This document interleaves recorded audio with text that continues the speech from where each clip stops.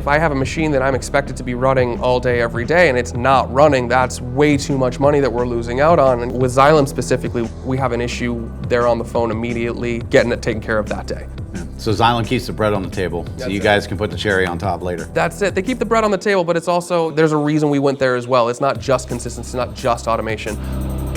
Something that works very well for dislip, but something works very well for live resin, something works very well for live rosin, being able to fill at lower temperatures, having that inert headspace and pressure vessel so that you're not losing terpenes when you're heating it, keeping it inert so it's not oxidizing. The way that it continues to preserve the product and it's the most consistent fill and cap, all of these things impact quality in your final product, and all these things are things that have been addressed and understood going into the manufacturing of that equipment.